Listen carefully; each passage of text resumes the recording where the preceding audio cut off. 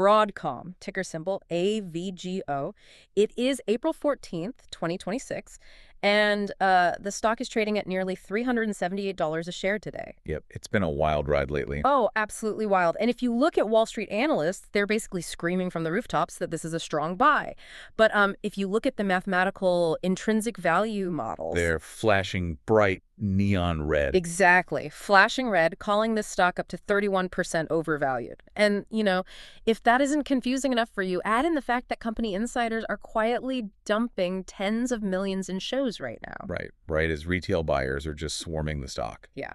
So we are looking at this massive, glaring contradiction. I mean, is this an unstoppable AI rocket ship or a meticulously laid trap for retail traders? We're going to find out. But first, if you want us to keep helping you dodge these market traps, make sure to hit the like button, subscribe to our YouTube channel, and leave us a comment with your feedback. Let us know what stock is confusing you right now. Yeah, tell us. It's compulsory if you want us to keep making these deep dives. And just to set the ground rules before we really get into the weeds here, this deep dive is a natural human debate dissecting the data from our sources for you. Right. This is entirely for educational purposes, and it's absolutely not financial advice. We're just, looking at the numbers, the mechanics, and the market narratives. Perfect. So let's jump in. Broadcom feels like it's just, I don't know, taking over the world right now. The momentum is insane. The stock is up nearly 2% just today. And over 15% in just last month. Right, which is huge. But to understand why there is this massive tug of war over its future, we really need to move past the AI headlines and look at the actual balance sheet behemoth, because the scale of the money printing happening over there it's hard to wrap your head around. It really is. The scale is what makes this such a complex story. Yeah. I mean, at $378.49 a share, Broadcom's market cap is sitting at an astonishing $1.8 trillion. A trillion That's with a it. T. With a T, yeah. And the volatility over the past year has been massive. The 52-week range goes all the way from a low of $161.61 all the way up to $414.61. Okay, a $1.8 trillion valuation. I mean, that isn't just a company. That is literally a sovereign nation's GDP. Yeah, it's staggering. But what is actually backing that up? Are they actually generating the cash to justify that kind of weight, or is this just, pure AI hype inflating the balloon? Well, it's actually backed by some of the most aggressive financials in the entire tech sector. Okay, lay it on me. So if you look at their fiscal year 2025 annual income statement, total revenue hit $63.89 billion. Now. Right. That is a 24% increase year over year. Net income was over $23.13 billion. Adjusted EBITDA came in at $43 billion. That's massive. And just looking at Q4 of 2025 alone, they did $18.02 billion in revenue, which, again, was a 28% jump. Okay, wait, I want to stop you right there because there is a number in their financials that completely breaks my brain. The cash flow. Yes. Looking at their balance sheet, they have $171 billion in total assets against roughly $90 billion in liabilities. Fine, normal stuff. But their free cash flow is $26.9 billion. Yeah, it is really the defining metric of the whole company. But explain how that is even possible. I mean, $26.9 billion in free cash flow on $63 billion in revenue means they are keeping, roughly 41% of their revenue as pure usable cash. Exactly, 41%. How does a company that literally manufactures physical hardware like semiconductors, networking equipment, operate with the profit margins of an elite software company? It's like they have a license to print money in the basement. That is the secret sauce of Broadcom's business model. And honestly, it's vital to understand if you're looking at their valuation. Oh, yeah. Unlike a company that spends tens of billions on speculative research and development, hoping to invent the next big thing, Broadcom's strategy is deeply pragmatic. How so? First, they build custom application-specific integrated circuits, ASICs, and they build these for hyperscalers like Google. They aren't trying to build general-purpose GPUs like Nvidia does. Oh, so they have guaranteed buyers. Exactly. They are building highly specific, highly efficient chips for clients who are already lined up to buy them. Second, they have aggressively acquired mature software companies, Right. like VMware, for example. Right. The VMware acquisition was huge. Huge. And that brings in massive, recurring, high-margin software revenue. They strip out the bloated sales and marketing departments of the companies they buy. They focus purely on core engineering and turn that revenue straight into cash. Which I'm guessing is what fuels their 16 consecutive years of dividend increases. Like, dividend investors see that cash flow and they just absolutely refuse to sell. Precisely. The business model is literally a cash-generating machine. But, okay, here is where I have to push back. And I mean really push back on this. Let's hear it. Because no matter how great a company is, price matters, right? The trailing PE ratio, so the price-to-earnings ratio looking at the last 12 months, is 74.08. Yeah, that's high. It's insane. Mm-hmm. The industry average for semiconductor companies is around 41, so they are trading at nearly double the multiple of their peers. Are we paying tomorrow's luxury prices for a stock today, leaving absolutely zero room for error? You've hit on the single biggest risk for anyone buying the stock today. Right. When you buy a stock at a 74x PE ratio, you aren't just betting that the company will do well. You're betting on perfection. You're betting that their growth will aggressively accelerate. So let's break down why that's dangerous. Like, what happens if they just do good instead of perfect? Well, if they just do good, you suffer from what we call multiple compression. Multiple compression. Okay, Yeah. explain that for us. Let's say Broadcom's revenue grows, but, slightly slower than expected. The market might look at it and say, okay, this isn't a 74x PE company anymore. It's a normal 40x PE company. Oh, I see. The underlying business might still be making billions, doing totally fine, but the stock price could crater simply because the premium the market is willing to pay just evaporates. So you could lose 30 or 40% of your investment while the company itself remains incredibly profitable. Exactly. It's a valuation risk, not necessarily a business risk. And that brings us perfectly to the actual real-time mechanics of the stock chart. Because the underlying business is flawless, like you said, but the stock chart tells a completely different story about who actually holds the power right now. The divergence between the story and the chart is striking right now. Really striking. Yeah. If you're listening to this and you hold Broadcom, you're probably feeling like a genius because of the recent run-up. But we need to look at what the market behavior is telegraphing. So let's look at the technicals. Right. So looking at the technical analysis, the trend is officially bullish. The stock is at 378, which is trading well above its 50-day moving average of $327. And its 200-day moving average of $330. Exactly. So it looks unstoppable. Yeah. But the RSI, the relative strength index, is sitting at 74.48. Which officially puts it deep into overbought territory. Right. So let's ditch the jargon for a second. What does an RSI of 74 actually mean for the person listening who is like literally thinking about hitting the buy button on their brokerage app right now? Okay. Think of RSI like the RPM gauge on your car's dashboard. Okay, I like that. A normal, healthy stock cruises along between 30 and 70. But when the RSI crosses above 70 like Broadcom at 74.48, it means the momentum is redlining. Oh, wow. Now, you can run a car engine in the red for a few seconds, to pass a semi-truck on the highway, but if you keep your foot pushed to the floor and leave it in the red, the engine block is going to overheat and melt. So an overbought RSI means the buyers are exhausted. Exactly. The buying pressure has been so intense, so fast, that a sudden pullback or trend reversal is highly probable. The engine is overheating, and we actually see immediate resistance, a price ceiling where sellers typically step in up at $412.98. Right. But the strong support floors, where it would theoretically catch a bounce if it falls, are way down at $345 and $331. That is a long way to fall if the engine blows. A really long way. But here's where this gets incredibly messy. The momentum contradiction. Ah, yes, the Google announcement. Yes. The recent AI chip partnership announcement with Google's Alphabet triggered this massive, aggressive buying order flow. Retail investors saw the headlines, FOMO kicked in, the fear of missing out, right? And they rushed in, creating a 15% weekly gain. The public bought the news. They bought the news. But while the public was buying, the insiders inside Broadcom were selling. Heavy, persistent selling. We are talking about senior officers here.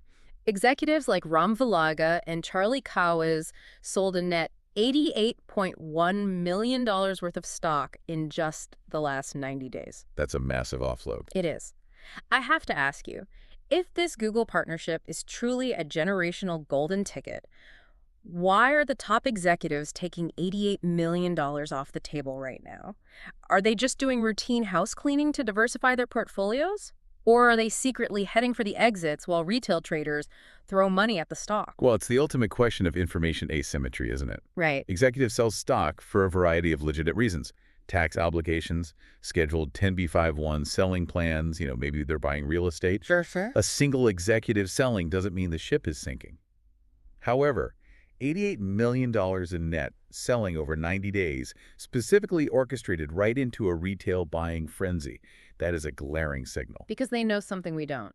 These executives have the deepest visibility into the company's true production capacity, their supply chain bottlenecks, and their future guidance. So they know exactly how hard it is going to be to actually deliver on the hype. Exactly.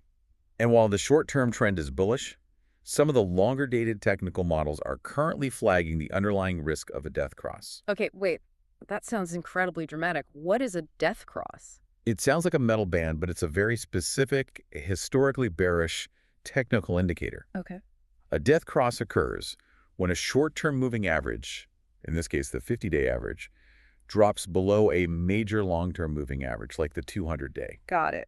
Visually on a chart, it looks like the short-term sentiment is physically collapsing through the floor of the long-term trend. It hasn't triggered yet for Broadcom. The 50-day is still just slightly below the 200-day. But it's close. It's hovering dangerously close.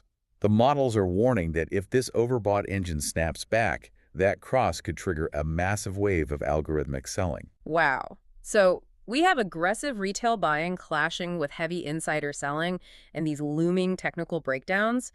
This leads us perfectly into the biggest, loudest debate on Wall Street right now. The trap debate. Exactly. Is Broadcom a genuine strong buy, or is it a meticulously laid trap? It's a debate between human optimism and algorithmic coldness. Let's lay out the two sides. On one side, you have the human analysts, the people in the suits, right? They are almost unanimously bullish. The consensus rating across Wall Street is a strong buy. Unanimous is almost an understatement. Right. We are looking at 27 buy ratings, 4 holds, and absolutely 0 sells.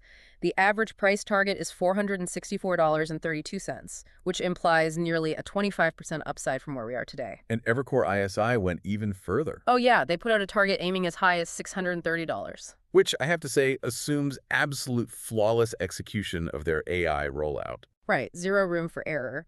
But then you flip the coin and look at the mathematical trap argument. Alpha Spread, which runs an algorithmic intrinsic value model, claims the stock is fundamentally only worth $256.04. Which is wildly different. It makes it 31% overvalued right now. Models from Yahoo Finance and Simply Walcent also flag it as overvalued by about 11.5%. And short-term traders are nervously eyeing a pullback to a $365 entry point due to the high downside risk and volatility. The gap between $630 and $256 is staggering for a company of this size. It's insane. If an algorithm is crunching the cold, hard cash flow data and saying the stock is intrinsically worth $256, but human analysts on TV are yelling $630, this feels like the perfect trap. It really does. If you're a retail trader, you open your app, you see the strong buy consensus, you buy at the absolute top of the RSI red line, and then the stock reverts to its mathematical intrinsic value, and you get absolutely crushed. Why are the analysts so disconnected from the math? Well, because human analysts and algorithmic models are measuring two completely different things. Okay, how so? Human analysts are projecting future sentiment and forward-looking growth. They are asking, what will the market be willing to pay for this Google partnership in 2 years? Furthermore, let's be honest about the industry mechanics here. The conflicts of interest. Right. Analysts at major banks are often incentivized to maintain positive relationships with a $1.8 trillion megacap company. They rarely issue sell ratings on a company this powerful unless the business is fundamentally broken. Which Broadcom is not. And the algorithms. The intrinsic value models don't care about relationships or hype. They usually run on a discounted cash flow model, or DCF. They take the exact cash the company is making today, project a reasonable growth rate, and discount it back to today's dollars. Interesting. It's like a home appraiser looking at the physical foundation and the square footage, while the human analyst is the real estate agent trying to sell you on the potential of the neighborhood. That's a brilliant way to look at it. But let's talk about the specific danger here. People always warn about value traps. Is that what this is? No, this is the exact opposite, and it's arguably more dangerous. Wait, really? Yeah, a value trap is a stock that looks incredibly cheap. Maybe it has a PE ratio of 5, so you buy it thinking it's a bargain. But it turns out the company is basically a melting ice cube. Like Blockbuster Video in 2008. Exactly. Their business model is obsolete, and the stock just slowly grinds to zero. It was cheap for a reason. Broadcom, however, is presenting the danger of an overvaluation trap. An overvaluation trap. Right. This happens when the underlying company is genuinely phenomenal. They have incredible cash flow, visionary partnerships, and growing revenue. But the retail hype and FOMO drive the stock price so drastically above the mathematical reality of its future cash flows that the investment itself becomes toxic. So you are paying for a sprawling mansion, but mathematically you are only getting the keys to a very nice three-bedroom house. Because you bought in at an unsustainable premium. Hmm. And the reason retail traders get stuck holding the bag is that they ignore the warning lights. Right. They look past the engine redlining on the RSI, they ignore the 74x PE multiple, and they blindly trust the $630 analyst target, assuming the analyst knows something they don't. Meanwhile, the executives inside the building are cashing out $88 million. That is the exact anatomy of how retail gets trapped at the top of a cycle. Wow. So having laid out the traps and the hype, what does this actually look like over the next 12 months? Let's build the two definitive roadmaps for Broadcom's future. The short-term volatility versus the long-term reality. Let's do it. Let's start with the optimists. What is the actual bull case scenario here? The bull case is the best case recovery and growth narrative. In this scenario, the massive AI chip partnership with Google pays off flawlessly. Broadcom doesn't just hit, but smoothly exceeds its projected $40 billion in AI-specific revenue by 2026. Okay. Furthermore, they recently brought in a new chief financial officer hired straight from Alphabet. Which is a huge signal. It is. It signals a new level of operational maturity and really deepens that integration with Google's infrastructure. In this bull case, that operational efficiency takes hold. The market ignores the high multiple.